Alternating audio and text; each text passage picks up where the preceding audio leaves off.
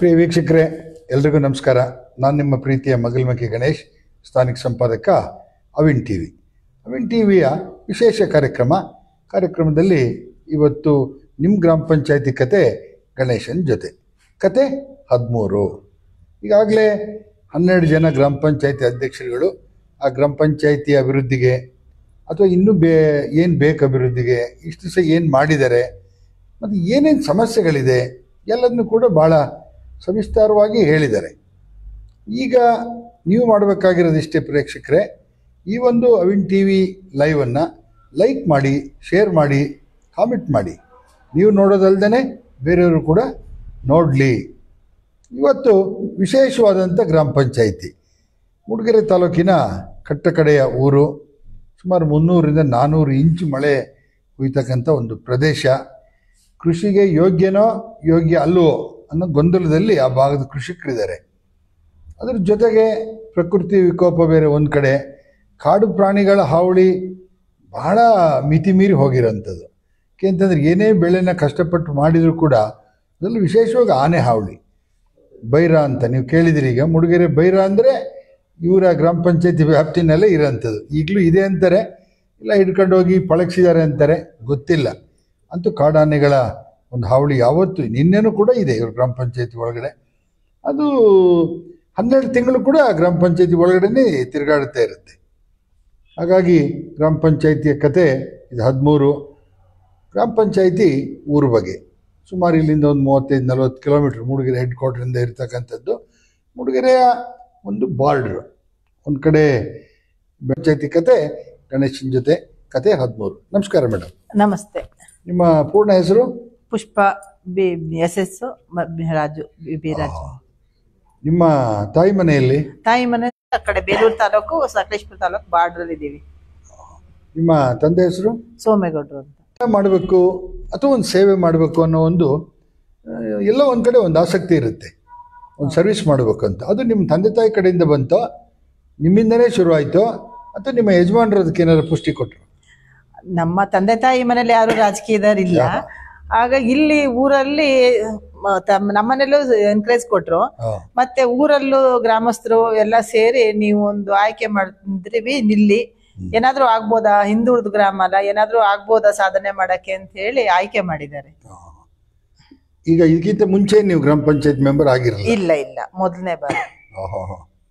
ಈಗ ಗ್ರಾಮ ಪಂಚಾಯತಿಗೆ ಬರ್ಬೇಕಾದ್ರೆ ಏನೋ ಒಂದು ಇನ್ಸಿಡೆಂಟ್ ಆಗಿರ್ಬೇಕು ನಿಮಗೆ, ಅಥವಾ ಗ್ರಾಮ ಪಂಚಾಯತಿಯವ್ರು ಸರಿಯಾಗಿ ಕೆಲಸ ಮಾಡಲ್ಲ, ಈ ಹಿಂದೆ ಇದ್ದವರು, ಅಥವಾ ಗ್ರಾಮ ಪಂಚಾಯತಿಗೆ ಅಷ್ಟೆಲ್ಲ ದುಡ್ಡು ಬರುತ್ತೆ, ಯಾಕೆ ಯುಟಿಲೈಸ್ ಆಗಲ್ಲ, ನೋಡೋಣ ನಾನೇ ಹೋಗೋಣ ಗ್ರಾಮ ಪಂಚಾಯತಿಗೆ ಅಂತ ಅನ್ಸುತ್ತೆ. ಯಾಕೆಂದ್ರೆ ನಾವು ತುಂಬಾ ಗ್ರಾಮ ಹಿಂದುಳಿದಿದೆ. ಹಂಗೆ ಅವಾಗ ಅನ್ಸ್ತಿತ್ತು ನಮಗೆ, ಯಾಕೆ ಹಿಂಗೆ ಯಾರು ಬೇಕಂತಾನೆ ಮಾಡ್ಕೊಡ್ತಿರ್ಲಿಲ್ವಾ ಏನು ಅಂತ ಹಂಗ ಅನ್ಸ್ತಿತ್ತು. ಇವಾಗ ಅದ್ರೊಳಗಡೆ ಹೋದ್ಮೇಲೆ ಅಲ್ಲಿನ ಪ್ರಾಬ್ಲಮ್ ಎಲ್ಲ ಗೊತ್ತಾಗುತ್ತೆ, ಯಾವ ತರ ಮಾಡಿದ್ರೆ ಏನಾಗುತ್ತೆ, ಆಗಲ್ವಾ ಏನು ಅಂತ. ಪ್ರಯತ್ನ ಪಡ್ಬೇಕು, ತುಂಬಾ ಬೇಕು ಪ್ರಯತ್ನ. ಈಗ ಸುಮಾರು 15 ವರ್ಷಗಳ ಕಾಲ ನಿಮ್ಮ ಗ್ರಾಮ ಪಂಚಾಯತಿ ವ್ಯಾಪ್ತಿಗೆ ಬರುವ ಮೇಕನಗದ್ದೆಯವರೇ MLA ಆಗಿದ್ದಂತ. ಹೌದು.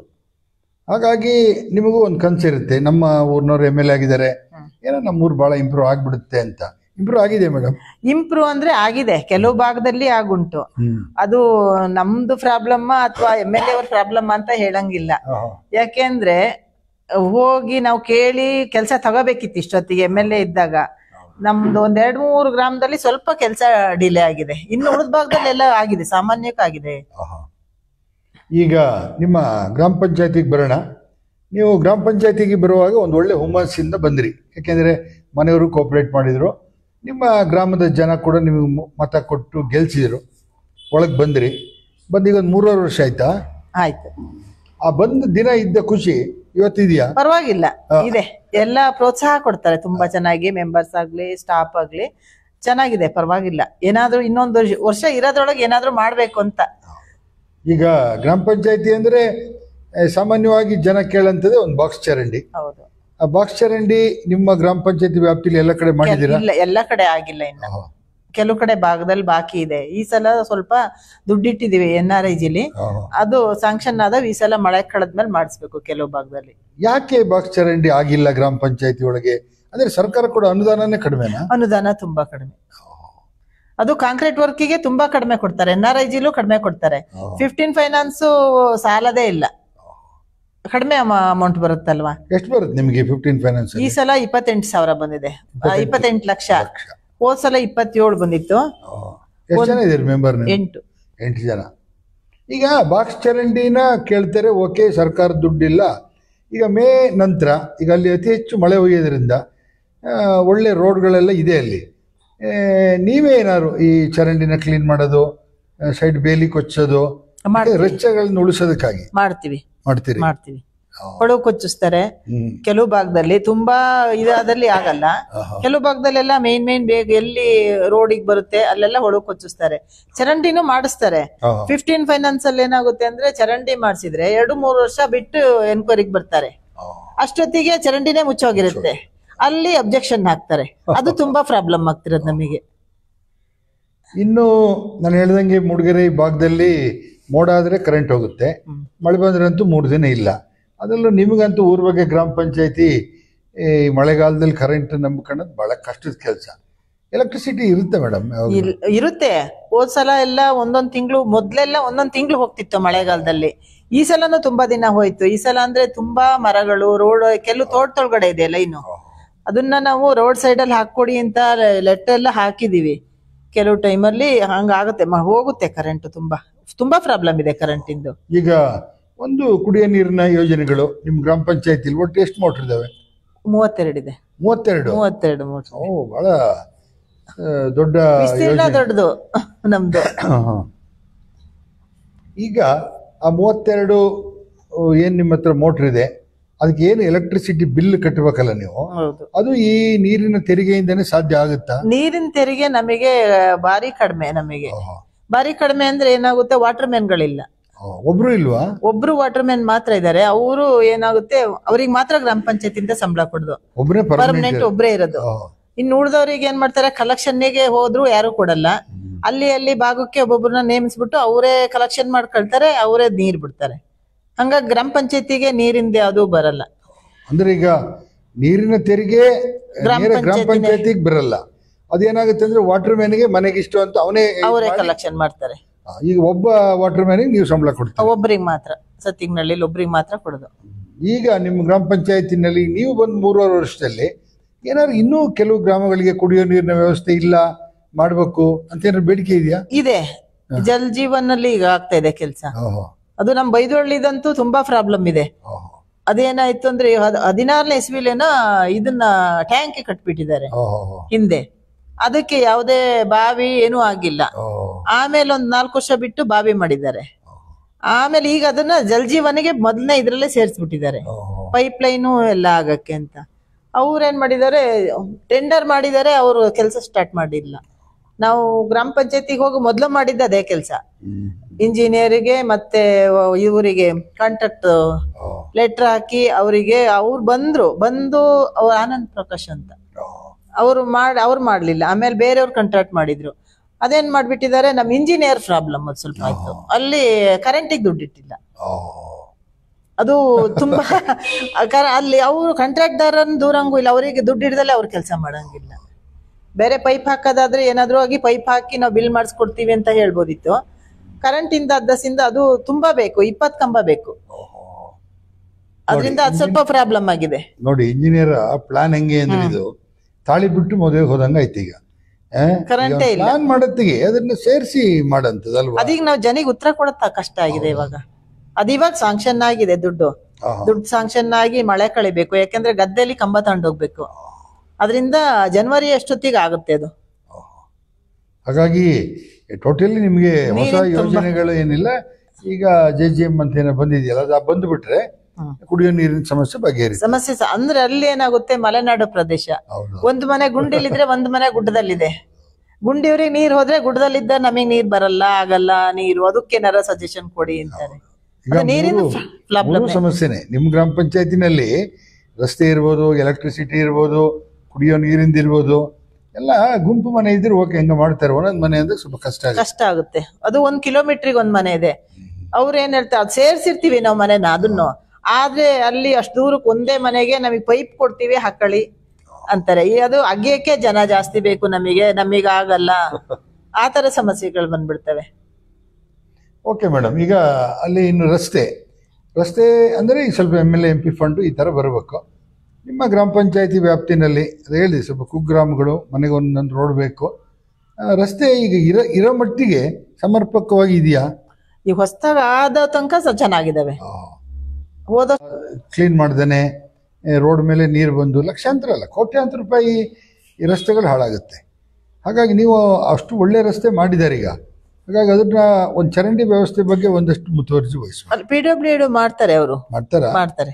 ದೊಡ್ಡ ರೋಡಿಂದ ಮಾಡ್ತಾರೆ, ಸಮಸ್ಯೆ ಆಗಲ್ಲ. ಒಳಗಡೆ ರೋಡಿಂದ ಕಷ್ಟ.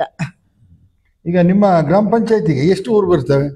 ನಮಗೆ 11 ಬರ್ತವೆ ಗ್ರಾಮಗಳು. ಅದರಲ್ಲಿ ಉಪಗ್ರಾಮಗಳು 27 ಬರ್ತವೆ. ಓಹೋ, ಬಹಳ ದೊಡ್ಡ ಕಂದಾಯ ಗ್ರಾಮ 11, ಉಪಗ್ರಾಮಗಳು 27. ಈಗ 8 ಜನ ಮೆಂಬರ್ಗಳಿದ್ದೀರಿ. ನಿಮ್ಗೆ ಎಷ್ಟು 28 ಲಕ್ಷ ಬರುತ್ತೆ ವರ್ಷಕ್ಕೆ? 28 ಲಕ್ಷ ಬರುತ್ತೆ 15 ಫೈನಾನ್ಸಲ್ಲಿ. ಆ ಹಣ ಸಾಕಾಗುತ್ತೆ ಮೇಡಮ್? ಹಣ ಸಾಕಾಗಲ್ಲ, ಅದನ್ನ ಹಂಚ್ಬೇಕಲ್ಲ. SC ಇಡ್ಬೇಕು, ಅಂಗವಿಕಲರಿಗೆ ಇಡ್ಬೇಕು, ಅದನ್ನೆಲ್ಲ SC ST ಇಟ್ಟು ಎಲ್ಲ ಇಟ್ಟು ಉಳಿದಿದ್ದು ದುಡ್ಡು 1,40,000 ಬರುತ್ತೆ ಈ ಸಲ. ಇವಾಗ ಒಬ್ಬರು ಮೆಂಬರಿಗೆ. ಈಗ ನೀವು ಈ 3 ವರ್ಷ ಗ್ರಾಮ ಪಂಚಾಯತಿನಲ್ಲಿ ಇದ್ದೀರಿ. ಈಗ ನೀವು ಈಗ ಏನು ಹಳೆ ಯೋಜನೆಗಳಿದೆ ಅದಕ್ಕೆ ದುಡ್ಡು ಬರೋದು ಬಿಟ್ಟರೆ ಒಬ್ಬ ಗ್ರಾಮ ಪಂಚಾಯತಿ ಮೆಂಬರ್ಗೆ ಸರ್ಕಾರ ಎಕ್ಸ್ಟ್ರಾ ಎಷ್ಟು ಕೊಟ್ಟರೆ ಗ್ರಾಮ ಪಂಚಾಯತಿ ಅಭಿವೃದ್ಧಿ ಮಾಡ್ಬೋದು? ಅದು ಇಡೀ ಗ್ರಾಮ ಪಂಚಾಯತಿಗೆ ನಿಮಗೆ ವರ್ಷಕ್ಕೆ ಇಷ್ಟು ಹಣ ಬೇಕಾಗುತ್ತೆ ನಮಗೆ ಅಂತ ಅನ್ಕೊಂಡಿರಿ? ಕರೆಕ್ಟಾಗಿ ಎಲ್ಲ ಕೆಲಸ ಮಾಡಕ್ ಹೋದ್ರೆ 1 ಕೋಟಿನಾದ್ರೂ ಬೇಕಾಗುತ್ತೆ. 1 ಕೋಟಿ ರೂಪಾಯಿ ಎಲ್ಲ ಗ್ರಾಮ ಪಂಚಾಯತಿಯವರು ಅದನ್ನೇ ಹೇಳಿರೋದು. 50 ಲಕ್ಷ, 25 ಲಕ್ಷ, 1 ಕೋಟಿ, 2 ಕೋಟಿ ಹೇಳಿದ್ದಾರೆ. ನಮ್ಮ ಗ್ರಾಮಗಳಿಗೆ ಆ ಕಡೆಗೆ ಬೇಕಾಗುತ್ತೆ. ಯಾಕೆ ಗೊತ್ತಾ, ನಮಗೆ ತಡೆಗೋಡೆಗಳ ಬೇಡಿಕೆ ತುಂಬಾ ಇದೆ. ಎಲ್ಲಾ ಕಡೆ ಗೆರೆ ಕುಸಿಯುತ್ತಲ್ವಾ, ತಡೆಗೋಡೆಗಳ ಅದನ್ನು ಸರ್ಕಾರ ನಿಲ್ಸ್ಬಿಟ್ಟಿದ್ದಾರೆ. ತಡೆಗೋಡೆಗೆ ಅವಕಾಶನೇ ಇಲ್ಲ. NRIGಲೂ ಇಲ್ಲ ಅವಕಾಶ, 15 ಫೈನಾನ್ಸ್ ಅಲ್ಲೂ ಇಲ್ಲ. ಈಗ ನಾವು ಪತ್ರಿಕೆನಲ್ಲಿ, TV ಮಾಧ್ಯಮದಲ್ಲೆಲ್ಲ ನೋಡ್ತೀವಿ, ಗ್ರಾಮ ಪಂಚಾಯತಿನಲ್ಲಿ ಬಹಳ ಭ್ರಷ್ಟಾಚಾರ ಆಗಿದೆ, ಅಧ್ಯಕ್ಷರು ಜೊತೆ ಸೇರ್ಕೊಂಡಿದ್ದಾರೆ, PDO ಸೇರ್ಕೊಂಡಿದ್ದಾರೆ, ಸೆಕ್ರೆಟರಿ ಸೇರ್ಕೊಂಡಿದ್ದಾರೆ ಅಂತ. ಗ್ರಾಮ ಪಂಚಾಯತಿಲಿ ಬರೋದು ಇಷ್ಟೇ ದುಡ್ಡು, ಅಲ್ಲಿ ಭ್ರಷ್ಟಾಚಾರ ನಡೀತದೆ ಮೇಡಮ್? ಇಲ್ಲ, ಕಡಿಮೆ ಆಗುತ್ತೆ. ಅದು ನಾವು ಹೇಳ್ಬೋದು ಹೊರಗಡೆ ಇದ್ದಾಗ, ಒಳಗಡೆ ಹೋಗಿ ನೋಡಿದ್ಮೇಲೆ ಗೊತ್ತಾಗುತ್ತೆ. ಭ್ರಷ್ಟಾಚಾರ ಮಾಡಕ್ ಆಗಲ್ಲ. ಒಂದು 10 ರೂಪಾಯಿಗೂ ಲೆಕ್ಕ ಕೊಡ್ಬೇಕಲ್ಲಿ, ಬಿಲ್ ಇಟ್ಟೇ ನಾವು ಪೇ ಮಾಡ್ಬೇಕು. ಹಂಗಾದಾಗ ನನಗೆ ತಿಳಿದ ಮಟ್ಟಿಗೆ ಆತರ ಅಸಾಧ್ಯ ಇಲ್ಲ ಅನ್ಸುತ್ತೆ. ಈಗ ಒಂದ್ ಕಡೆ ಜನರಲ್ ಆಗಿ ಮಾತಾಡ್ತಾರೆ, ಬಹಳ ದೊಡ್ಡ ವಿದ್ಯಾವಂತ ಅಥವಾ ಶ್ರೀಮಂತ ಆದರೆ, ಅಥವಾ ಅನ್ಎಜುಕೇಟೆಡ್ ಆದರೆ, ಅಥವಾ ಮಹಿಳೆ ಆದರೆ PDOಗಳು ಮತ್ತು ಕಾರ್ಯದರ್ಶಿಗಳು ಸುಮ್ಮನೆ ನೋಡಿ ಬಿಲ್ಲಿಗೆ ಸೈನ್ ಹಾಕ್ಸ್ಕೊಂತಾರೆ, ಭ್ರಷ್ಟಾಚಾರ ಮಾಡ್ತಾರೆ ಅಂತ. ನಿಮ್ ಗ್ರಾಮ ಪಂಚಾಯತಿ ನಡೆದಿದೆ? ಆಗಲ್ಲ, ಯಾಕೆಂದ್ರೆ ನಾವು ಓದ್ ನೋಡ್ತೀವಿ. ಅಕಸ್ಮಾತ್ ಅದ ಸರಿ ಅನ್ನಿಸ್ಲಿಲ್ಲ ಅಂದ್ರೆ ಕೇಳ್ತೀವಿ ಇದೇನು ಅಂತ, ಅವಾಗ ಹೇಳ್ತಾರೆ. ಹೇಳಿದ್ಮೇಲೆ ಸೈನ್ ಹಾಕ್ತಿವಿ. 10 ರೂಪಾಯಿನೇ ಆದರೂ ಅದು ಸರ್ಕಾರಿ ದುಡ್ಡು, ಸಾರ್ವಜನಿಕರ ದುಡ್ಡು. ಪ್ರತಿಯೊಂದು ಫೈಲನ್ನು ಕೂಡ ನೋಡಿ ಸೈನ್ ಹಾಕೋದು ನೋಡೇ ಹಾಕ್ತಿವಿ. ಅಕಸ್ಮಾತ್ ಚೂರು ಏನಾರು ಅದ್ರ ಗೊತ್ತಾಗ್ಲಿಲ್ಲ ಅಂದ್ರೂ ಕೇಳ್ತೀವಿ ಏನು ಅಂತ, ಅವಾಗ ಹೇಳ್ತಾರೆ. ಈಗ ಈ ಗ್ರಾಮ ಪಂಚಾಯತಿಗೆ ಒಂದೇನೋ ಸ್ಟೇಟಸ್ ಕೊಡ್ತಾರೆ, ಈಗ ಇಷ್ಟು % ಈ ಗ್ರಾಮ ಪಂಚಾಯತಿ ಇಷ್ಟು ಅಂತ. ಆತರ ನಿಮ್ದು ಎಷ್ಟನೇ ನಂಬರ್ಲಿದೆ ಗೊತ್ತಾ? 50 ಒಳಗಡೆ ಇದೆ ಟಾಪ್ ಅಲ್ಲಿ. ಹೌದಾ? ಓಹೋ, ನಮಗೆ ಇದು ಹೋದ್ಸಲ ಇದು ಗಾಂಧಿ ಗ್ರಾಮ ಪುರಸ್ಕಾರ ಪ್ರಶಸ್ತಿ ಬಂದಿತ್ತು ಹೋದ ವರ್ಷ. ಮತ್ ಬೇರೆ ಏನಾದ್ರು ಇದಾರೆ ಏನು ಅಂತ ನೋಡ್ಕೊಂಡು ಅವ್ರು ಇಲ್ಲಿ ಸ್ಟಡಿ ಮಾಡಕ್ಕೆ ಅಂತ ನಾವು ಅಲ್ಲಿಗೆ ಹೋಗಿದ್ವಿ. ಅಲ್ಲಿಗೆ ಹೋಗಿ ಅಲ್ಲೇನೇನ್ ಕೆಲಸ ಮಾಡಿದ್ದಾರೆ, ಯಾವ ತರ ಮಾಡಿದ್ದಾರೆ ಅಂತ ಎಲ್ಲ ನೋಡ್ಕೊಂಡು ಬಂದ್ವಿ. ಈಗ ಇನ್ನೊಂದು ಸವಾಲಿದೆ ನಿಮ್ಗೆ, ಎಲ್ಲಾ ಗ್ರಾಮ ಪಂಚಾಯತಿ ಅಧ್ಯಕ್ಷರಿಗೂ ಸವಾಲಿದೆ. ಏನಂದ್ರೆ ನಿವೇಶನ. ಈಗ ನಿಮ್ಮ ಗ್ರಾಮ ಪಂಚಾಯತಿಗೆ ನಿಮ್ಮ ಟೇಬಲ್ ಮೇಲೆ ಈಗ ಎಷ್ಟು ಜನ ನಿವೇಶನವನ್ನು ಕೇಳಿ ಅರ್ಜಿ ಹಾಕಿದ್ದಾರೆ? ಒಂದು 500 ಇರ್ಬೋದು. 500 ಇದೆ. ಎಲ್ಲ ಒಟ್ಟು 8 ಮೆಂಬರಿಗೆ 500 ಅರ್ಜಿ ಇದಾವೆ ಮನೆ. ಈಗ ಸರ್ಕಾರಿ ಜಾಗ ಇದೆಯಾ ಕೊಡಕಲ್ಲಿ? ಸರ್ಕಾರಿ ಜಾಗ ಅಂದ್ರೆ ನಮಗೆ ಈ ಸಲ 1 ಎಕರೆ 20 ಗುಂಟೆ ಸ್ಯಾಂಕ್ಷನ್ ಮಾಡ್ಕೊಟ್ರು. ಅದ್ರಲ್ಲಿ ಕೆಲವ್ರಿಗೆ ಜಾಗ ಇರುತ್ತೆ ಸ್ವಂತ, ಅದ್ರಲ್ಲೇ ಮನೆ ಕಟ್ಕೊಳ್ಳೋರು ಕೇಳ್ತಾರೆ. ಇನ್ ಜಾಗ ಇಲ್ದಲೇ ಇದ್ದರೂ ಸುಮಾರು ಅರ್ಜಿ ಬಂದಿದಾವೆ. ಅದು ಅವ್ರ ಅಬ್ಜೆಕ್ಷನ್ ಮಾಡಿದ್ರು ಅಲ್ಲಿ ಹೋಗಿ ಹೊತ್ತಿಗೆ. ಊರಿನವರು ಊರಿನ ಮಧ್ಯೆ ಜಾಗ ಕೊಟ್ರು. ಅದು ಸ್ವಲ್ಪ ಜಾಗ ಇರೋದು, ಅವರಿಗೂ ಫೀಲ್ಡ್ ಬೇಕು, ಅಲ್ಲಿ ಓಟು ಆಗುತ್ತೆ ಅಲ್ಲಿ ಸ್ಕೂಲಲ್ಲಿ, ಹಂಗಾಗಿ ಇಲ್ಲಿ ಬೇಡ ಅಂತ ಅಬ್ಜೆಕ್ಷನ್ ಮಾಡಿದ್ದಾರೆ.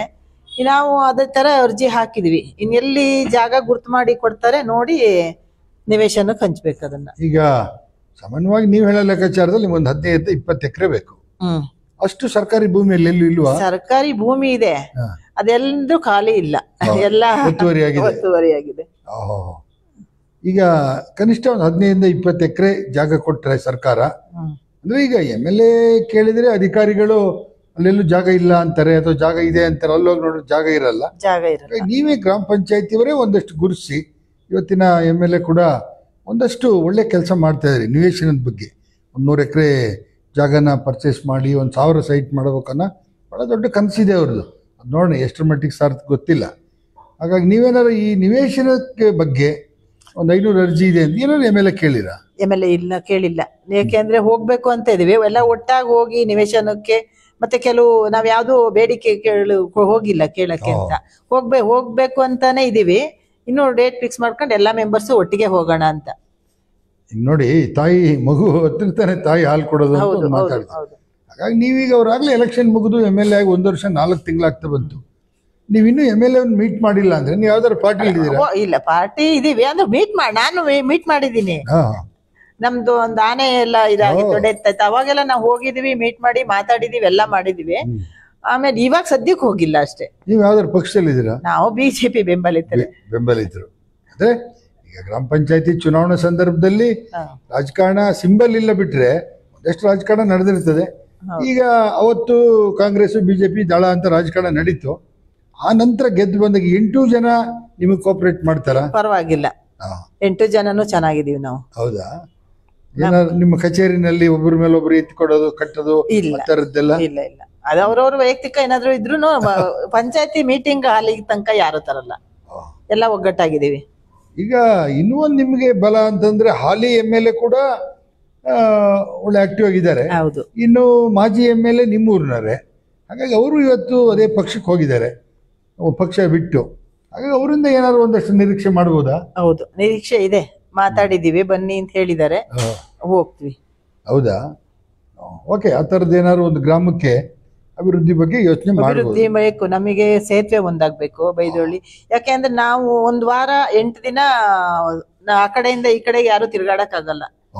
ಸೇತುವೆ ಮೇಲೆ ನೀರ್ ತುಂಬಾ ಆಗ್ಬಿಡುತ್ತೆ. ಅದೊಂದೆರಡು ಫೋಟೋ ಹಾಕಿದ್ರೆ ಸರಿ ಆಗ್ತಿತ್ತು. ತೊಂದ್ರೆ ಇಲ್ಲ, ನೋಡಿ ಸುಮಾರು ಫೋಟೋ ಬಂದಿದೆ ನಿಮ್ದು. ಆಮೇಲೆ ಅಲ್ಲಿ ಸ್ವಲ್ಪ ಗುಡ್ಡಗಾಡು ಪ್ರದೇಶ ಆಗಿರೋದ್ರಿಂದ ಮಳೆ ಬಂದ ತಕ್ಷಣನೇ ಹೊಳೆ ತುಂಬಿಡುತ್ತೆ. ಹೌದು, ಗೊತ್ತೇ ಆಗಲ್ಲ. ಈಗ ಬೇರೆ ಬಯಲು ಪ್ರದೇಶ ಆದ್ರೆ ಗೊತ್ತಾಗುತ್ತೆ. ಈ ಸಲನೇ ತುಂಬಾ ಮಳೆ ಬಂದು 1 ವಾರ ಟಿವಿಯವರು ಬಂದ್ರು, ಎಲ್ರು ಬಂದಿದ್ರು. ಆದ್ರೂ ಆಚೆ ಈಚೆಗೆ ಬರಕ್ಕಾಗಿ ನಾವು ಸಮೇತ ಅತಿವೃಷ್ಟಿಯಾಗಿ ಕೆಲವು 5 ಮನೆ ಸ್ಪ್ರೆಡ್ ಅಲ್ಲಿ ಹೋಯ್ತು. ಆ ಮನೆ ಭೇಟಿ ಕೊಡಕ್ ಸಮೇತ ಆಗ್ಲಿಲ್ಲ ಅವತ್ತು. ನಾವು ಹೊಳೆಯಿಂದ ಆಚೆಗೆ ಆಗ್ಬಿಡ್ತೀವಿ, ಈಚೆಗೆ ಬರಕ್ಕೆ ಆಗಲ್ಲ. ಈಗ ನೋಡಿ, ಫ್ಲಡ್ ಅಲ್ಲಿ ಮನೆ ಹೋದ್ರೆ ಅಥವಾ ಹೊಸದಾಗಿ ಮನೆ ಕಟ್ಟಕ್ಕೆ ಹೋದ್ರೆ 5 ಲಕ್ಷ ಅಂತೇಳಿ ಹಿಂದಿನ ಸರ್ಕಾರ ಘೋಷಣೆ ಮಾಡಿತ್ತು, ಕೊಟ್ಟಿತ್ತು. ಅದು ಈಗಿನ ಸರ್ಕಾರ ಅದನ್ನ 1,20,000 ರೂಪಾಯಿಗೆ ತಂದಿದೆ. ಏನ್ ಅನಿಸ್ತದೆ ಮೇಡಮ್ ನಿಮ್ಗೆ? ಸಾಲಲ್ಲ, ಏನೂ ಸಾಕಾಗಲ್ಲ. ಅದು ಹಂಗೆ. ಮತ್ತೆ ಸರ್ಕಾರದಿಂದ ಮನೆ ಕೊಡೋದು ಕಡಿಮೆ ಆಯ್ತು. ಮನೆಗೆ ದುಡ್ಡು ಕೊಡ್ತಾ ಅದು 1,20 ಕೊಡೋದು, ಅದು ಕಡಿಮೆ ಆಯ್ತು. ಅದು ಬರೀ ಫೌಂಡೇಶನ್ಗೆ ಸಾಲ. ಹೌದು. ಈಗ ಅದ್ರ ಬಗ್ಗೆ ನೀವೇನಾದ್ರು ಒಂದು ರೆಜುಲೇಷನ್ ಮಾಡಿ ಸರ್ಕಾರಕ್ಕೆ ಮನವಿ ಕೊಡೋದು ಅಥವಾ MLA ಅವರಿಗೆ ಮನವಿ ಕೊಡೋದನ್ನ ಮಾಡಿದ್ದೀರಾ? ಮಾಡಿದ್ದೀರಿ. ಈಗ ನಿಮ್ಮ ಗ್ರಾಮ ಪಂಚಾಯತಿಗೆ ಬಿಲ್ಡಿಂಗು ಹೊಸ ಬಿಲ್ಡಿಂಗ್ ಆಗಿದೆ. ಬಿಲ್ಡಿಂಗ್ ಹೊಸದಲ್ಲ? ಹೌದು. ಬಿಲ್ಡಿಂಗ್ ಏನ್ ಪ್ರಾಬ್ಲಮ್ ಇಲ್ಲ? ಇಲ್ಲ, ಬಿಲ್ಡಿಂಗ್ ಅಂದ್ರೆ ಮೀಟಿಂಗ್ ಹಾಲ್ ಇಲ್ಲ. ಅದನ್ನ ಮೇಲ್ಗಡೆ ಮಾಡ್ತಾ ಇದೀವಿ ಇವಾಗ. ಅದು ಗಾಂಧಿ ಗ್ರಾಮ ಪುರಸ್ಕಾರದ 5 ಲಕ್ಷ ಬಂತು. ಮಾಜಿ MLA ಅವರು 5 ಲಕ್ಷ ಕೊಟ್ಟಿದ್ರು. ಅದ್ರಲ್ಲಿ ಮೇಲ್ಗಡೆ ಎಲ್ಲ ಫಿನಿಶಿಂಗ್ ಆಗ್ತಾ ಇದೆ. ಇನ್ ಸ್ವಲ್ಪ ಕೆಲಸ ಇದೆ. ಅದು ಇನಾಗ್ರೇಷನ್ಗೆ ಸ್ವಲ್ಪ ದಿನ ಆಗುತ್ತೆ. ಈಗ ನೀವು ಒಂದು ಕನಸು ಹೊತ್ತು ಬಂದಿದ್ರಿ ಗ್ರಾಮ ಪಂಚಾಯತಿಗೆ. ಒಂದ್ ಕಡೆ ನೀವು ಬಂದಾಗ MLA ಕೂಡ ಇದ್ರು, ಅದೇ ಊರಿನವರು. ಆಮೇಲೆ ಬಹಳಷ್ಟು ಕನಸುಗಳಿತ್ತು ನಿಮ್ಗೆ. ಅದು ಎಷ್ಟು ಮಟ್ಟಿಗೆ ಪೂರ್ಣ ಆಗಿದೆ ಈ 3.5 ವರ್ಷದಲ್ಲಿ? ಸಾಮಾನ್ಯಕ್ಕೆ ಪರವಾಗಿಲ್ಲ. ನಾವು ಬೇಡಿಕೆ ಕಟ್ಟಿದ್ದು ಸಮುದಾಯ ಭವನ ಸ್ವಲ್ಪ ಅರ್ಧ ಕೆಲಸ ಆಗಿ ನಿಂತಿತ್ತು, ಅದನ್ನ ಪೂರ್ಣಗೊಳಿಸಕ್ಕೆ ಕೊಟ್ರು. ಮತ್ತೆ ಹೊಸಪುರ ಅಂತ ಇದೆ, ಅಲ್ಲಿ ಒಂದು ಸಮುದಾಯ ಭವನ ST ಇದಾರೆ ಅಲ್ಲಿ ಬರೀ, ಅದೊಂದು ಸಮುದಾಯ ಭವನ ಆಗ್ತಾ ಇದೆ. ಅದು ಮುಗಿಯ ಹಂತದಲ್ಲಿದೆ, ಕೊಟ್ಟಿದ್ದಾರೆ. ಇನ್ನೇನು ನೀವು ಗ್ರಾಮ ಪಂಚಾಯತಿಗೆ ಬಂದ ಮೇಲೆ ಏನಾದ್ರು ಹೊಸ ಯೋಜನೆಗಳನ್ನ ಮಾಡಿರೋ ಮೇಡಮ್? ಹೊಸ ಸಂಜೀವಿನಿ ಸೆಡ್ ಆಯ್ತು. ಸಂಜೀವಿನಿ ಸೆಡ್ ಏನಕ್ಕೆ? ಸಂಜೀವಿನಿ ಸೆಡ್ ಆಗಿಲ್ಲ, ಇದು ಘನ ವಿಲೇವಾರಿ ಘಟಕ ಆಯ್ತು, ಅದು ಓಪನ್ ಆಗಿದೆ. ಇನ್ ಸಂಜೀವಿನಿ ಸೆಡ್ ಯಾರು ಮುಂದೆ ಬರ್ತಾ ಇಲ್ಲ ಮಾಡಕ್ಕೆ. ಅದು ಹಣ ಬಂದಿದೆ, ಅದು NRIG ವರ್ಕ್, ಯಾರು ಮುಂದೆ ಬರಲ್ಲ. ಅಂದ್ರೆ ಈಗ ನೀವು ಸ್ವಚ್ಛತೆ ಬಗ್ಗೆ ಮಾತಾಡಿದ್ರಿ, ಶುಚಿತ್ವದ ಬಗ್ಗೆ. ಈಗ ಅದು ಒಂದು ಗ್ರಾಮೀಣ ಪ್ರದೇಶ ಆಗಿರೋದ್ರಿಂದ ಸಾಮಾನ್ಯವಾಗಿ ಹಸಿ ಕಸ ಒಣ ಕಸ ಬೇರ್ಪಡಿಸೋಂಥ ವ್ಯವಸ್ಥೆ ಏನು ಇರಲ್ಲ. ಯಾಕೆಂದ್ರೆ ಎಲ್ಲ ಹಳ್ಳಿ ಮಲ್ನಾಡ್ ಒಳಗೆ ಇರೋ ಸ್ಟ್ರಾಂಗ್ ಗುರು ಅಂತ. ಅದು ಸಂಜೀವಿನಿ ಸಂಘದಲ್ಲಿ ಇರ್ತಾರಲ್ಲ, ಅವರೇ ಮಾಡ್ಕೊಡ್ತಾರೆ ನಮಗೆ. ವಿಲೇವಾರಿ ಮಾಡ್ತಾರೆ, ಅವರಿಗೆ ತಿಂಗಳಿಗೆ ಇಷ್ಟು ಅಂತ ಅಮೌಂಟ್. ಇನ್ನು ಏನಾದ್ರು ಘಟಕಗಳನ್ನ ಮಾಡ್ಬೇಕು ಅಂತಿದ್ದೀರಾ? ಇಲ್ಲ, ಘಟಕ ಒಂದೇ ಸಾಕು. ಅಲ್ಲಿ ಅಂದ್ರೆ ಕಸ ಕಡಿಮೆ ಸಿಗೋದು, ಕೊಡಲ್ಲ. ಈಗ ನಿಮ್ಮ ಗ್ರಾಮ ಪಂಚಾಯತಿನಲ್ಲಿ ಒಂದಷ್ಟು ಶಾಲೆಗಳು, ಅಂಗನವಾಡಿಗಳು, ಆಸ್ಪತ್ರೆಗಳು, ಈ ತರದ ಸರ್ಕಾರಿ ಕಟ್ಟಡಗಳು ಬರುತ್ತೆ. ಅದರ ನಿರ್ವಹಣೆ ಸರಿಯಾಗಿ ಎಲ್ಲ ಕಡೆ ನಡೆದಿಲ್ಲ ಅನ್ನೋ ಒಂದು ಆಪಾದನೆ ಇದೆ. ನಿಮ್ ಗ್ರಾಮ ಪಂಚಾಯತಿ ಒಳಗೆ ಆತರ ನಿರ್ವಹಣೆ ಚೆನ್ನಾಗಿ? ನಾವು ಅಂಗನವಾಡಿಗಳಿಗೆಲ್ಲ ನಾವೇ ಕಳೆ ಹೊಡಿಸ್ತೀವಿ. ಕಳೆ ಹೊಡೆದು ಕಳೆನಾಶಕ ಎಲ್ಲ ಹೊಡೆದು ಕೊಡ್ತೀವಿ. ಮತ್ತೆ ಸ್ಕೂಲಿಗೆ ಅವರಿಂದ ಸ್ವಲ್ಪ ಮಾಡ್ಕೊಂತಾರೆ, ಕೆಲವು ಆಗಲ್ಲ ಅಂತ ಯಾರು ಅಬ್ಜೆಕ್ಷನ್ ಇಲ್ಲೆಲ್ಲ. ಮತ್ತೆ ಈಗ ನೋಡಿ, ಈಗ LKG UKG ಓದಿಸ್ಬೇಕು ಅಂತಕ್ಕಂಥ ಒಂದು ಅಮಲು, ಹುಚ್ಚು ಅಂತಲ್ಲ, ಒಂದು ಅಮಲು ಶುರುವಾಗಿದೆ ಜನಗಳಿಗೆ. ಮಕ್ಕಳು ಎಲ್ಲಿ ಇಂಗ್ಲಿಷ್ ಮೀಡಿಯಂಗೆ ಹೋಗ್ಬೇಕು, ಇಂಗ್ಲಿಷ್ ಕಲಿಬೇಕು. ಸರ್ಕಾರ ಅದಕ್ಕೆ ಈ ಕೂಡ LKG UKGನೆಲ್ಲ ಸ್ಥಾಪನೆ ಮಾಡಕ್ಕೆ ಶುರು ಮಾಡಿದೆ. ಹಾಗಾಗಿ ಈಗ ಗ್ರಾಮೀಣ ಪ್ರದೇಶದಲ್ಲಿ ಏನಾಗುತ್ತೆ ಅಂತಂದ್ರೆ, ಅಂಗನವಾಡಿಗಳ ಕಟ್ಟಡ, ಅಂಗನವಾಡಿಗಳ ವ್ಯವಸ್ಥೆ, ಶುಚಿತ್ವ ಎಲ್ಲ ಇದ್ರೆ ಮಕ್ಕಳನ್ನಲ್ಲಿ ಕಳಿಸ್ತಾರೆ. ಹಾಗಾಗಿ ನೀವೀಗ ನಿಮಗೂ ತಾಯಿಯಾಗಿ ಗೊತ್ತು, 3 ವರ್ಷ ಆದ ತಕ್ಷಣನೇ ಮಕ್ಕಳನ್ನ ಇವತ್ತು ಹೊರಗಡೆ ಹಾಸ್ಟೆಲಿಗೆ ಬಿಟ್ರಿ. ಶಾಲೆ ಇದೆ, 4 ಶಾಲೆ. ಇನ್ನು ಗೌರ್ಮೆಂಟ್ ಹಾಸ್ಪಿಟಲ್ ಇದೆ ಅಲ್ಲ? ಹೌದು ಇದೆ. ಡಾಕ್ಟರ್ ಇರ್ತಾರೆ? ಡಾಕ್ಟ್ರು ಇರ್ಲಿಲ್ಲ, ತುಂಬಾ ಇದ್ ಮಾಡಿ ಲೆಟರ್ ಬರ್ದು ಏನೇನೋ ಮಾಡಿ ಅಂತ ಇವಾಗ ಒಬ್ರು ಬಂದಿದ್ದಾರೆ. ಬರ್ತಾರೆ, ಒಂದ್ ತಿಂಗಳು 2 ತಿಂಗಳು ಇರ್ತಾರೆ, ಮತ್ತೆ ಹೋಗ್ತಾರೆ. ಹೈಯರ್ ಎಜುಕೇಶನ್ ಪಕ್ಕದಲ್ಲೇ ಒಂದು ಟಾರ್ಪಲ್ ಕಟ್ಟಿ ಅವರಿಗೆ ಬದುಕಕ್ಕೆ ವ್ಯವಸ್ಥೆ ಮಾಡ್ಕೊಡ್ತೀವಿ. ಗ್ರಾಮ ಪಂಚಾಯತಿ ಹತ್ರನೇ ಸಮುದಾಯ ಭವನ ಇದೆ, ಅಲ್ಲೂ ಆ ಸಲ ಮಾಡಿದ್ದು. ಹೋದ್ಸಲ ಒಂದು ಇಬ್ರಿಗೆ ಮಾಡಿದ್ದು, ಅವರಿಗೆ ಕಿಟ್ ಎಲ್ಲ ಕೊಡ್ತೀವಿ. ಇವಾಗ್ಲೂ ತೀರಾ ಬಡತನ ಕಷ್ಟ ಅಂದ್ರೆ ಇವಾಗ್ಲೂ ಒಬ್ರಿಗೆ ಸತ್ತಿನಲ್ಲಿ ಒಬ್ರಿಗೆ ಇವಾಗ್ಲೂ ಕೊಡ್ತಾ ಇದೀವಿ ತಿಂಗಳು. ಈಗ ಆತರ ತುರ್ತು ಸಂದರ್ಭ ಏನ್ ಸರ್ಕಾರದಿಂದ ಬಿಟ್ರೆ, ನೀರಿನ ಕಂದಾಯ, ಮನೆ ಕಂದಾಯ ಬಿಟ್ರೆ ಬೇರೆ ಏನ್ ಆದಾಯ ಇದೆ ಮೇಡಮ್? ಬೇರೆ ಏನು ಆದಾಯ ಇಲ್ಲ, ಅದೇ ಕಂದಾಯನೇ ಸ್ವಲ್ಪ ಅದು ಅಂತೇಳಿ ಒಂದು 11 ಲಕ್ಷ ಬರ್ಬೋದು ಇನ್ಕಮ್. ಅದು ಯಾವಾಗ ಅಂದ್ರೆ ಇವಾಗ ಒಂದ್ ಸ್ವಲ್ಪ ಹೋಮ್ ಸ್ಟೇಗಳು ಜಾಸ್ತಿ ಆಗಿದೆಯಲ್ಲ, ಅದ್ರಲ್ಲಿ ಸ್ವಲ್ಪ ಜಾಸ್ತಿ ಕಂದಾಯ ಬರುತ್ತೆ. ಅದೆಲ್ಲ ಸೇರಿ ಎಲ್ಲ ಸೇರಿ ಒಟ್ಟು 11 ಲಕ್ಷ ಬರುತ್ತೆ. ಓಕೆ, ನೀವು ಹೇಳಿದ ಒಳ್ಳೆದಾಯ್ತು. ಈಗ ಹೋಮ್ ಸ್ಟೇಗಳಂದ್ರೆ ಈಗ ಸುಮಾರು ಅಬ್ಜೆಕ್ಷನ್ ಇದೆ. ಗುಡ್ಡನ್ನ ಕೊರಿತಾ ಇದ್ದಾರೆ, ಆನೆ ಕಾರಿಡಾರ್ ಅಲ್ಲಿ ಹೋಮ್ ಸ್ಟೇ ಮಾಡ್ತಾರೆ, ಹಂಗಾಗಿ ಆನೆಗಳು ಊರಿಗೆ ಬರುತ್ತೆ. ಆ ಥರದ್ದೆಲ್ಲ ಏನಾದ್ರು ಅನೈತಿಕವಾಗಿ ಅಥವಾ ಅಕ್ರಮವಾಗಿ ಹೋಮ್ ಸ್ಟೇಗಳು ನಿಮ್ ಗ್ರಾಮ ಪಂಚಾಯತಿಯಲ್ಲಿ ಇದಾವ? ಇವಾಗ ಅಕ್ರಮವಾಗಿ ಯಾವ್ದು ಇನ್ನು ಮೊನ್ನೆ ಒಂದು ಇತ್ತು, ಅದನ್ನ ಇದ್ ಮಾಡಿದ್ರು. ಈ ನಾವು ರೆಗ್ಯುಲೇಷನ್ ಮಾಡ್ಬಿಟ್ಟಿದೀವಿ, NOC ಕೊಡಂಗಿಲ್ಲ ಇನ್ನು ಹೊಸ ಹೋಮ್ ಸ್ಟೇಗಳಿಗೆ NOC ಕೊಡಬಾರ್ದು ಅಂತ. ನಾವು ನಮ್ಮ ಬಾಡಿ ಬಂದ್ಮೇಲೆ ಆ ತರ ಮಾಡಿದೀವಿ. NOC ಹೊಸದಾಗಿ ಈಗ 2 ವರ್ಷದಿಂದ ನಾವ್ ಯಾರಿಗೂ ಕೊಟ್ಟಿಲ್ಲ. ಈಗ ಒಂದೇನಾಗುತ್ತೆ ಅಂದ್ರೆ, ಇರೋ ಮನೆಗಳನ್ನು ಹೋಮ್ ಸ್ಟೇ ಮಾಡ್ಲಿ, ಓಕೆ, ಆದ್ರೆ ಗುಡ್ಡನೇ ಗ್ರಾಮ ಪಂಚಾಯತಿ ಅಧ್ಯಕ್ಷರಿಗೆ ನಿಮ್ಮ ಹತ್ರ ದುಡ್ಡಿಲ್ಲ ಬಿಟ್ರೆ ಪವರ್ ಇದೆ. ಪವರ್ ಏನ್ ಮಾಡೋದು? ಹಾಗಾಗಿ ಹೋಮ್ ಸ್ಟೇಗಳನ್ನ ಒಂದಷ್ಟು ಈಗ ಎಲ್ಲರೂ ಕೂಡ ಪರಿಸರವಾದಿಗಳಾಗ್ಲಿ ಬೇರೆಯವರು ಯೋಚನೆ ಮಾಡ್ತಾರೆ ಬಹಳಷ್ಟು. ಅದರಲ್ಲೂ ವಿಶೇಷವಾಗಿ ಮಲೆನಾಡು ಹಾಳಾಗ್ತಾ ಇದೆ ಇವತ್ತು, ಪ್ಲಾಸ್ಟಿಕ್ ಇದೆ. ಈಗ ಪ್ರವಾಸಿಗರಿಗೆ ಈಗ ಆನೆ ಎತ್ತಿನ ಭುಜ ನಿಮಗೆ ಬರುತ್ತೆ, ಎತ್ತಿನ ಭುಜ ನಮಗೆ ಬರುತ್ತೆ. ಅಲ್ಲೂ ಒಂದು ಗೊಂದಲ ಇತ್ತು ಮೇಡಮ್. ಒಂದಷ್ಟು ದುಡ್ಡು ಕಲೆಕ್ಟ್ ಮಾಡ್ತಾರೆ, ಆ ದುಡ್ಡು ಏನಾಗುತ್ತೆ ಅಂತ ಗೊತ್ತಾಗಲ್ಲ. ಅದಿವಾಗ ನಿಲ್ಸಿದ್ದಾರೆ, ಈಗ ನಿಲ್ಸಿದ್ದಾರೆ. ಅದು ದುಡ್ಡು ಅಂದ್ರೆ ನಾವು 1-2 ಸಲ ಕೇಳಿದ್ವಿ, ಫಾರೆಸ್ಟ್ನರ್ನ ಕರೆದು ಕೂರ್ಸಿ ಮಾತೆಲ್ಲ ಆಡ್ದು, ನಮಗೊಂದ್ 2% ಕೊಡಿ, ಅದನ್ನ ನಿರ್ವಹಣೆ ಮಾಡ್ತೀವಿ ನಾವುನು ಅಂತ. ಆದ್ರೆ ಅವ್ರು ಒಪ್ಲಿಲ್ಲ. ಹಂಗಾಗಿ ಗ್ರಾಮ ಪಂಚಾಯತಿ ಅದನ್ನ ಕಸ ಇದನ್ನೆಲ್ಲ ಸ್ವಚ್ಛ ಮಾಡಕ್ಕೆಲ್ಲ ಇವಾಗ ಹೋಗೋದ್ ಕಡಿಮೆ ಮಾಡಿದೀವಿ. ಫಾರೆಸ್ಟ್ನರು ಕಲೆಕ್ಷನ್ ಮಾಡ್ತಾರೆ, ಈಗಲೂ ಮಾಡ್ತಾ ಇದಾರೆ, ಇವಾಗ ನಿಲ್ಸಿದ್ದಾರೆ. ಅದಕ್ಕೋಸ್ಕರ ಅವರೇ ಸ್ವಚ್ಛತೆ ಮಾಡ್ಲಿ ಅಂತ ನಾವ್ ಹೇಳ್ತಾ ಇದೀವಿ.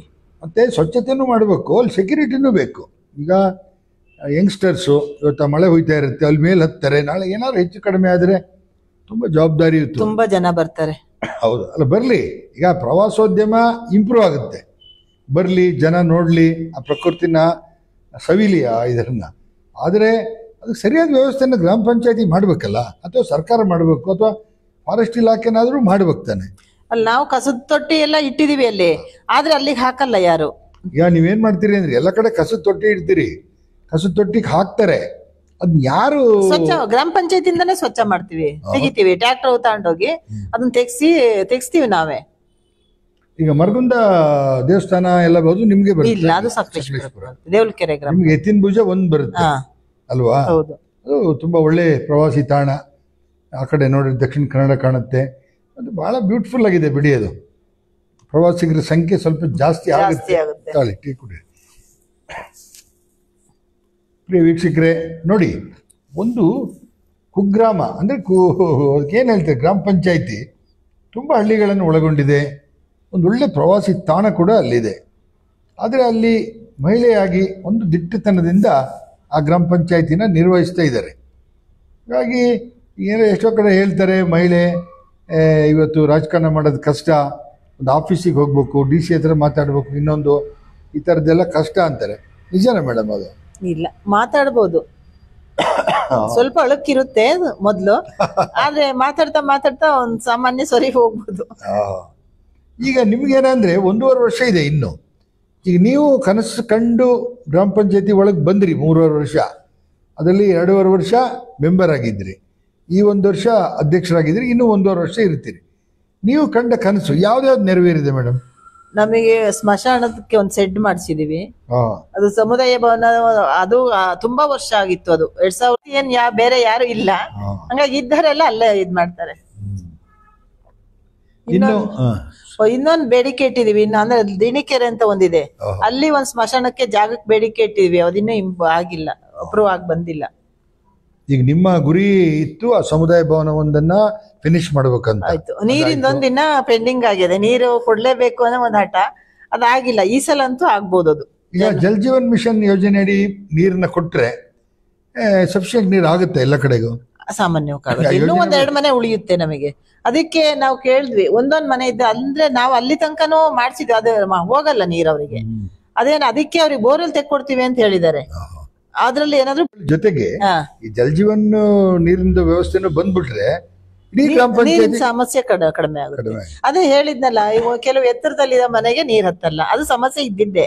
ಯಾವ್ದಾದ್ರು ನ್ಯಾಚುರಲ್ ವಾಟರ್ ಸೋರ್ಸ್ ಇದೆಯಾ ನಿಮ್ಗೆ? ನ್ಯಾಚುರಲ್ ಗುಡ್ಡದಿಂದ ಬರೋ ನೀರನ್ನ ಬಳಸ್ಕೊಂಡ್ರ ಅದಿದೆ, ತುಂಬಾ ಇದಾವೆ, ಕೆಲವೆಲ್ಲ ಇದಾವೆ.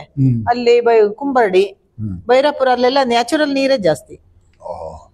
ಅಲ್ಲ, ಅದನ್ನ ನೀವೇನಾದ್ರೂ ಗ್ರಾಮ ಪಂಚಾಯತಿ ಅಥವಾ ಸರ್ಕಾರದ ವತಿಯಿಂದ ಒಂದಷ್ಟು ಮುತುವರ್ಜಿ ವಹಿಸಿ ಒಂದು ಬಹುದೊಡ್ಡ ಯೋಜನೆಯನ್ನ ಮಾಡಿದ್ರೆ ಒಂದಷ್ಟು ಊರಿಗೆ ಹಾಗೆ ನ್ಯಾಚುರಲ್ ವಾಟರ್ನ ಕೊಡಬಹುದಾ? ಮಳೆಗಾಲದಲ್ಲಿ ಕೊಡ್ಬೋದು, ಬೇಸಿಗೆಯಲ್ಲಿ ಸಾಕಾಗಲ್ಲ. ಮಳೆಗಾಲ ಅಂದ್ರೆ ಸಾಮಾನ್ಯವಾಗಿ ನೀವು ಡಿಸೆಂಬರ್ ಜನವರಿ ತನಕ ಕೊಡ್ಬೋದು. ಯೋಜನೆಗಳು NRIGಲಿ ತುಂಬಾ ವರ್ಕ್ ಆಗುತ್ತೆ. ಅಡಿಕೆ ಗಿಡ ಹಾಕೋರಿಗೆ ಅನುದಾನ ಬರುತ್ತೆ, 1 ಎಕರೆಗೆ 60,000 ಅಂತ. ಮತ್ತೆ ಬಸಿ ಕಾಲುವೆ ಕೊಡ್ತೀವಿ, ಇಂಗುಗುಂಡಿ, ಮತ್ತೆ ಕೃಷಿ ಬಾವಿ, ಕೃಷಿ ಹೊಂಡ, ತುಂಬಾ ರೈತರಿಗೆ ಅನುಕೂಲ ಇದೆ ಇವಾಗ. ಬೇರೆ ಮುಂಚೆ ಎಲ್ಲ ಗಿಡ ಕೊಡೋರು, ಗಿಡ ಕೊಡ್ತೀರಾ? ಇವಾಗ ಗಿಡ ಕೊಡಲ್ಲ, ಅವರೇ ಎಲ್ಲ ಕೆಲಸ ಮಾಡಿ ಅವರಿಗೆ ಪೇಮೆಂಟ್ ಹಾಕ್ತಾರೆ. ಈಗ ಸಾಮಾನ್ಯವಾಗಿ ಗ್ರಾಮ ಪಂಚಾಯತಿ ಮೆಂಬರ್ಗಾಗ್ಲಿ ಅಧ್ಯಕ್ಷರಿಗಾಗ್ಲಿ ಒಂದಷ್ಟು ಜನಗಳಿಂದ ಕಿರುಕುಳ ಜಾಸ್ತಿ. ಯಾಕಂದ್ರೆ MLA MP ಆದ್ರೆ ಬಿಡಿ, ಅವ್ರು ಸಿಗಲ್ಲ, ಯಾವುದೋ ಡೇಟಿಗೆ ಎಲ್ಲೋ ಮಾತಾಡ್ತಾರೆ. ನೀವು ಹಂಗಲ್ಲ, ನೀವು ಬೆಳಿಗ್ಗೆ ಎದ್ರೆ ನೀವು ಎಲ್ಲಿ ಗೆದ್ದಿರ್ತೀರಿ ಆ ಏರಿಯಾದ ಜನಗಳು ನಿಮ್ಗೆ ಅಡ್ಡ ಸಿಗ್ತಾರೆ. ಗ್ರಾಮ ಪಂಚಾಯತಿಗೆ ಅಂತ ಹೊರಟ್ರೆ ಅಲ್ಲಿ ಜನ ಸಿಗ್ತಾರೆ, ಪಟ್ಟಣಕ್ಕೆ ಅಂತ ಹೊರಟ್ರೆ ಅಲ್ಲೂ ಕೂಡ ನಿಮ್ಮೂರಿನವರೇ ಸಿಗ್ತಾರೆ. ಭಾಳಷ್ಟು ಜನ ಭಾಳಷ್ಟು ಸಮಸ್ಯೆಗಳನ್ನ ಹೇಳ್ತಾರೆ. ಭಾಳಷ್ಟು ಜನ ಅಂಗಡಿ ಹತ್ರ ಅಲ್ಲಿ ಇಲ್ಲಿ ಕೂತ್ಕೊಂಡು ಅವ್ರ ಅಧ್ಯಕ್ಷರು ಸರಿ ಇಲ್ಲ, ಇಲ್ಲ ಮೆಂಬರ್ ಸರಿ ಇಲ್ಲ ಅಂತ ಹೇಳ್ತಾರೆ. ಈ ಥರದ್ದೆಲ್ಲ ನಡೀತದೆ. ಈಗ ನೀವು ಗ್ರಾಮ ಸಭೆ ಮಾಡ್ತೀರಲ್ಲ, ಅವಾಗ ಎಲ್ಲರೂ ಬಂದ್ಬಿಟ್ಟು ಆ ಗ್ರಾಮ ಪಾದಗಳಿರ್ಬೋದು, ನಿಜವಾಗ್ಲೂ ಭಾಳ ಬೇಜಾರದ ವಿಚಾರ. ಹಾಗಾಗಿ ಅವ್ರು ಏನು ಮಾಡ್ತಾರೆ ಅಂದರೆ, ಇವತ್ತು ಹೋಗಿ ಅಧ್ಯಕ್ಷರ ಹತ್ರ ಗಲಾಟೆ ಮಾಡಲೇಬೇಕು ಅಂತ ಬರ್ತಾರೆ.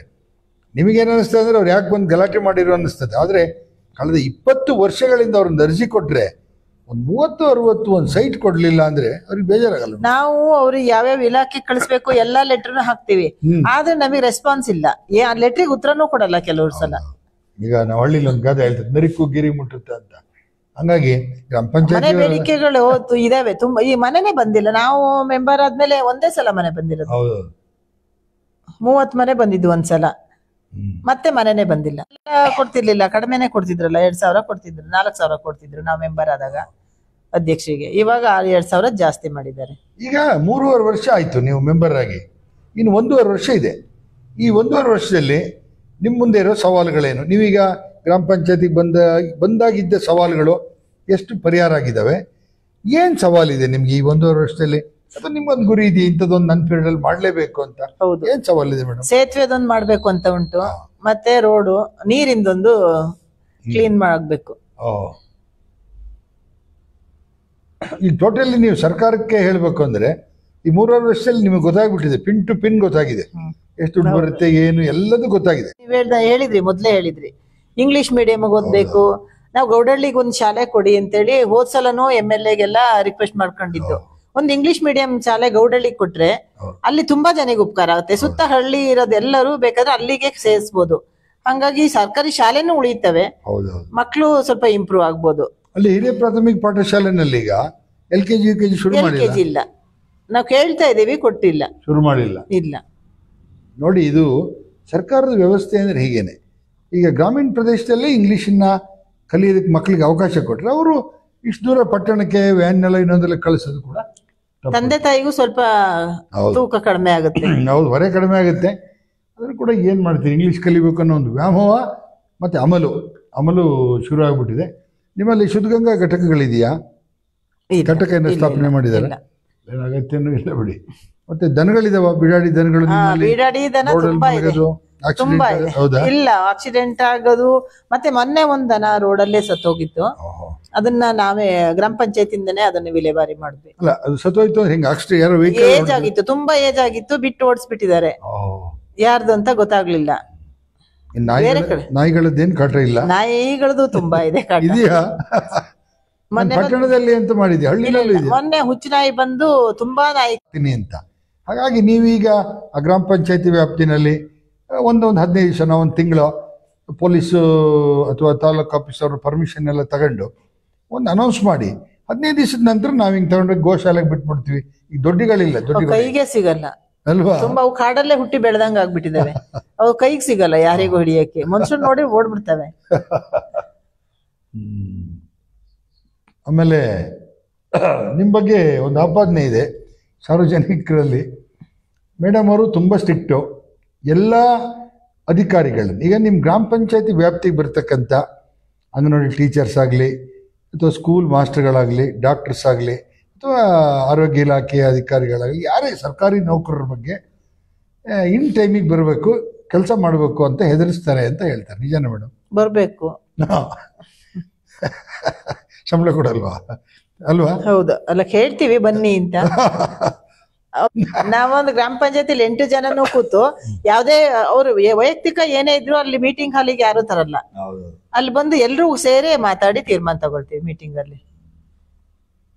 ಓಕೆ ಮೇಡಮ್, ಇನ್ನು ನಿಮ್ಮ ಈಗ ಜನಗಳ ಒಂದು ಅಹವಾಲಿಗೆ ನೀವು ಸ್ಪಂದಿಸ್ತೀರಿ ಅಂತ ನಿಮ್ಮನ್ನು ನೋಡ್ರೆ ಗೊತ್ತಾಗುತ್ತೆ. ನಗಾಡ್ತಾನೆ ಮಾತಾಡ್ತೀರಿ. ಹಾಗಾಗಿ ಬೇಕಾರಲ್ಲಿ 400 ಇಂಚ್ ಮಳೆ ಹುಯ್ತದೆ, ಅಲ್ಲಿ ಗಿಡ ಬೇಕಾದ್ರೆ ಹಾಕ್ತೀವಿ ಅಂತ ಬರ್ತಾರೆ. ಅಲ್ಲಿ ಗಿಡ ಹಾಕೋ ಅಗತ್ಯನೇ ಇಲ್ಲ. ಗ್ರಾಮ ಪಂಚಾಯತಿ, ನಿಮ್ಮ ಇಡೀ ಗ್ರಾಮ ಪಂಚಾಯತಿ ವ್ಯಾಪ್ತಿನಲ್ಲಿ ಎಲ್ಲೂ ಕೂಡ ಅರಣ್ಯ ಇಲಾಖೆಯವರು ಗಿಡ ಹಾಕೋ ಅಗತ್ಯ ಇಲ್ಲ. ಪ್ರಕೃತಿನೇ ಅದನ್ನ ಬಳಸ್ಕೊಂಡಿದೆ. ಬೇಕಾದಲ್ಲಿ ಗಿಡ ಬೆಳೆಸ್ಕೊಳತ್ತೆ, ಬ್ಯಾಡದಿದ್ರೆ ಬಿಡುತ್ತೆ. ಅಲ್ಲಿಗೆ ಎಂಟ್ರ್ ಆಗದೆ ಇದ್ರೆ ಆಯ್ತಷ್ಟೆ. ಈಗ ಎತ್ತಿನ ಭುಜದ ಒಂದು ವ್ಯವಸ್ಥೆ ಸರಿಯಾದರೆ ಇಡೀ ರಾಷ್ಟ್ರ ಮಟ್ಟದ ಜನಗಳು ಇಲ್ಲಿಗೆ ಬರೋದಕ್ಕೊಂದು ಅವಕಾಶ. ಅವರಿಗೂ ಒಂದು ಸೆಕ್ಯೂರಿಟಿ ಬೇಕು, ಒಂದು ಟೈಮಿಂಗ್ಸ್ ಎಲ್ಲ ಮಾಡಬೇಕು. ಅವರಿಗೂ ಒಂದು ಶುದ್ಧವಾದ ಕುಡಿಯೋ ನೀರು ಎಲ್ಲ ಮಾತಾಡಿ ಬಂದಿದ್ದೀವಿ. ಬೇಡಿಕೆ ಇಟ್ಟಿಲ್ಲ, ಇಲ್ಲ ಕೊಡ್ತಾರೆ ಕೆಲಸ, ಆ ತರ ಏನಿಲ್ಲ. ಕೇಳಬೇಕು, ಯಾಕೆಂದ್ರೆ ಹೋಗ್ಬೇಕಷ್ಟೇ. ಮಾಜಿ MLA ಅದೇ ಪಕ್ಷದಲ್ಲಿ ಇದ್ದಾರೆ, ಇವಾಗ ಈಗ ಒಟ್ಟಿಗೆ ಇದ್ದಾರೆ. ಒಂದಷ್ಟು ಈ MLA ಮಾಜಿ MLA ಇಡೀ ಕ್ಷೇತ್ರಕ್ಕೆ ಕೆಲಸ ಮಾಡದೇ ಇದ್ರು. ಅವ್ರ ಭಾಗಕ್ಕೆ ಒಂದಷ್ಟು ಬಸ್ಗಳು, ರಸ್ತೆ ಎಲ್ಲ ಮಾಡಿದ್ದಾರೆ. ಅದನ್ನೆಲ್ಲ ಉಳಿಸ್ಕೊಂಡು ಹೋಗ್ಬೇಕು. ಆತರ ಕೈಗೆ ಸಿಕ್ಕದೆಲ್ಲ ಎಲ್ಲೂ ಹೋಗಿಲ್ಲ. ನಾವು ಯಾವಾಗ್ಲೂ ಎಲ್ಲೇ ಕರೆದ್ರು ಹೋಗ್ತಿವಿ. ಮೊನ್ನೆ ಅಷ್ಟೇ ಸ್ಟ್ರೈಕು, ಅಲ್ಲಿ ಸ್ಕೂಲು ಇಲ್ಲ, ಡಾಕ್ಟರ್ ಇಲ್ಲ, ವೆಟರ್ನರಿ ಡಾಕ್ಟರ್ ಇಲ್ಲ, ಎಲ್ಲಾನು ನಾವು ಕಾಳಜಿ ತಗೊಂಡ್ ಮಾಡಿದೀವಿ. ಇನ್ ಮುಂದೆನೂ ಅದೇ ತರ ಮಾಡ್ಕೊಂಡು ಹೋಗ್ತೀವಿ. ಅಕಸ್ಮಾತ್ ಬೇಡಿಕೆ ಅವ್ರು ನಮಗೆ ಬೇಡಿಕೆ ಇಟ್ರೆ ಅದನ್ನ ಹೇಳ್ಬೋದು. ಸುಮ್ನೆ ಅಲ್ಲಿ ಇಲ್ಲಿ ಮಾತಾಡಿದ್ರೆ ಏನು ಮಾಡಕ್ ಆಗಲ್ಲ. ಮಾತಾಡೋದು ಮಾಮೂಲಿ. ಹೌದು, ಮಾತಾಡ್ತಾರೆ. ಈಗ ವೀಕ್ಷಕರೇ ನೋಡಿದ್ರಲ್ಲ, ಈಗ ಗ್ರಾಮ ಪಂಚಾಯತಿಯ ಅಧ್ಯಕ್ಷರನ್ನ ಅಥವಾ ಮೆಂಬರ್ಗಳನ್ನ ದೂರ ಅಂತದಾಗ್ಲಿ, ಗ್ರಾಮ ಪಂಚಾಯತಿಲಿ ಏನೋ ಒಂದು ಕೋಟ್ಯಾಂತರ ರೂಪಾಯಿ ದುಡ್ಡು ಹೊಡೆದು ಬಿಡ್ತಾರೆ ಇವರು ಅನ್ನೋ ಮನೋಭಾವ ಆಗಲಿ ನಿಮಗಿತ್ತು. ಈಗ ನೋಡಿರಿ 12 ಗ್ರಾಮ ಪಂಚಾಯತಿ ಕತೆ ನೋಡಿರಿ, ಇದು 13ನೇದು. ಗ್ರಾಮ ಪಂಚಾಯತಿಗೆ ಬರೋದು ದುಡ್ಡು ಎಷ್ಟು? ಹಾಗಾದ್ರೆ ಅಲ್ಲಿ ಮೋಸ ಆಗೋದು ಎಲ್ಲಿ? ಒಂದು ಹೇಳ್ತಾರೆ ಕಾಮಗಾರಿ ನಡೆಯುವಾಗ ಮೋಸ ಆಗುತ್ತೆ, ಅದು ಯಾವುದೋ ಬೇರೆ ಫಂಡ್ ಇರ್ಬೋದು, MLA ಫಂಡು, ಬೇರೆ ಬೇರೆ ರಾಜ್ಯ ಸರ್ಕಾರದ ಬೇರೆ ಫಂಡ್ಗಳಿರ್ಬೋದು. ಅದೇ ಗ್ರಾಮ ಪಂಚಾಯತಿಗೆ ಬಂದು ಗ್ರಾಮ ಪಂಚಾಯತಿ ಅಧ್ಯಕ್ಷರ ಮುಖಾಂತರ ಮತ್ತೆ ಅವ್ರ ಖರ್ಚುಗಳು ಕಂಟ್ರೋಲ್ ಯಾರು ಕೆಲಸ ಮಾಡ್ತಾರಲ್ಲ ಅವ್ರಲ್ಲಿ 50,000 ಕೆಲಸ ಮಾಡಕ್ ಕಷ್ಟ ಆಗ್ಬೋದು ಅವರಿಗೆ.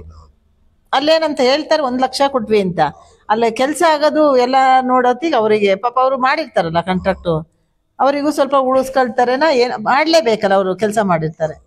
ಹಂಗಾಗಿ 50,000 ರೂಪಾಯಿ ಕೆಲಸ ಆಗ್ಬೋದು ಅಷ್ಟೇ.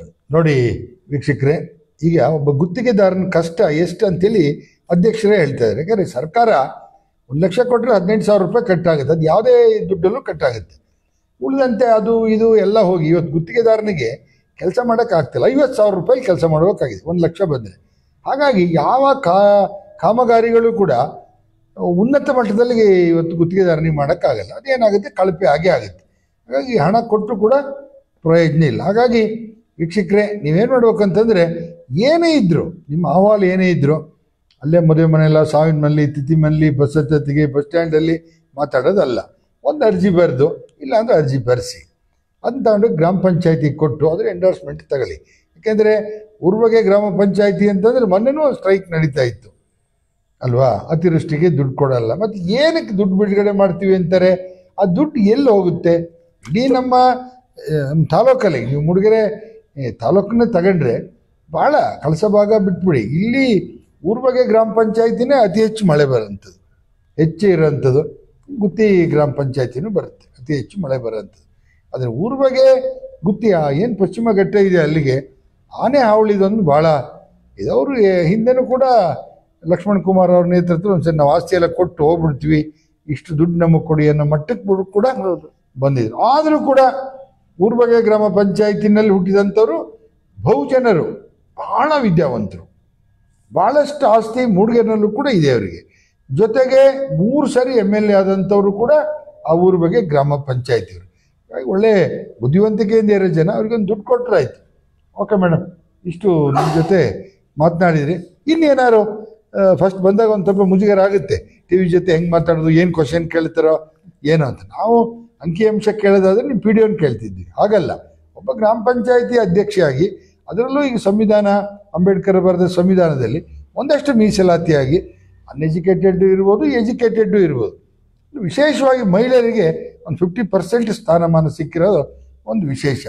ಹಾಗಾಗಿ ಇನ್ನು ನೀವೇನಾದರೂ ನಿಮ್ಮ ಗ್ರಾಮ ಪಂಚಾಯತಿ ಬಗ್ಗೆ ಸರ್ಕಾರ ಏನು ಮಾಡಬೇಕು, ಅಥವಾ MLA ಅವ್ರು ಏನು ಮಾಡಬೇಕು, ಅಥವಾ ನಿಮ್ಮ ಯಾವ್ದಾದ್ರು ಬಹುದೊಡ್ಡ ಬೇಡಿಕೆ ಕೊಟ್ಟಿದ್ದಾರೆ, ಅನುದಾನ ಕೊಟ್ಟಿದ್ದಾರೆ, ಅವ್ರದ್ದು ಯಾವ್ದೋ ಫಂಡ್ ಇತ್ತಂತೆ ಕೊಟ್ಟಿದ್ದಾರೆ, ಅದನ್ನ ಬಿಲ್ಡಿಂಗಿಗೆ ನಾವು ಹಾಕೊಂಡಿದೀವಿ. ಈಗ ಅವರ ಹೆಸರನ್ನೇ BK ಸುಂದರೇಶ್ ಸಭಾಭವನ ಅಂತೇಳಿ ಹೆಸರಿಡ್ಬೇಕು ಅಂತ ತೀರ್ಮಾನ ಮಾಡ್ಕೊಂಡಿದೀವಿ ಎಲ್ಲರೂ.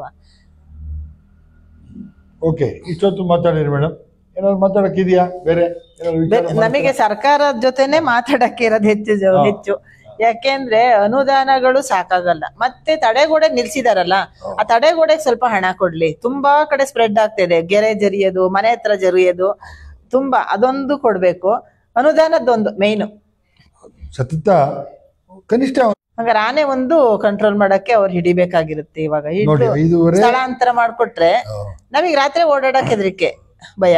5:30-6 ಗಂಟೆ ಒಳಗೆ ಮನೆ ಸೇರ್ಬೇಕು. ರಾತ್ರಿ ಹೊರಗಡೆ ಹೋದವರು ಬರೋದು ವೆಹಿಕಲ್ಗಳಲ್ಲಿ ಬಹಳ ಇದೇನು, ಯಾವ ಗಿಕಲ್ ಏನ್ ಕೇರ್ ಮಾಡಲ್ಲ. ಅದು ಅಷ್ಟು ದೊಡ್ಡ ಆನೆ. ಅದು 2 ಆನೆ ಇದೆ. 2 ಇದೆ ಈಗ ಅವು 2 ಹಿಡಿದು ಹೊರಗಡೆ ಬಿಟ್ರೆ ಮತ್ತೆ 2 ಬರ್ತವೆ. ಏನ್ ಮಾಡ್ತೀರಿ ಈಗ ಸರ್ಕಾರ, ಏನ್ ಮಾಡೋದಂತಾನು ಗೊತ್ತಿಲ್ಲ. ಅಲ್ಲ, ಬೇಲಿ ಮಾಡ್ತೀವಿ ಅಂತಿದ್ರು, ಅದನ್ನು ಬೇಲಿ ಇನ್ನೂ ಮಾಡಿಲ್ಲ. ಅವತ್ ಮೊನ್ನೆ ಬೇಡಿಕೆ ಹೋಗಿದ್ದು ಕೆಂಚಿಗೆಯಲ್ಲೆಲ್ಲ ಒಂದಷ್ಟು ಮಾಡಿ.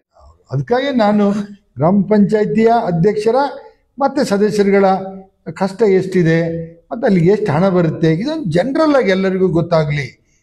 ಸುಮ್ಮನೆ ಅಲ್ಲಿ ಏನೋ ಭ್ರಷ್ಟಾಚಾರ ಆಯ್ತು, ಲಕ್ಷ ಕೋಟಿ ಅಂತ ಸುಮ್ಮನೆ ಮಾತಾಡ, ಭ್ರಷ್ಟಾಚಾರ ಗ್ರಾಮ ಪಂಚಾಯತಿ ಮಾಡಕ್ ಸಾಧ್ಯ. ಹಾಗಾಗಿ ನಮ್ಮ ಕರ್ತವ್ಯನೂ ಇದೆ. ಒಂದ್ ಸ್ವಲ್ಪ ನಿಮ್ಮ ಯಜಮಾನರ ಸಹಮತ ಇದೆಯಾ ಅದಕ್ಕೆ?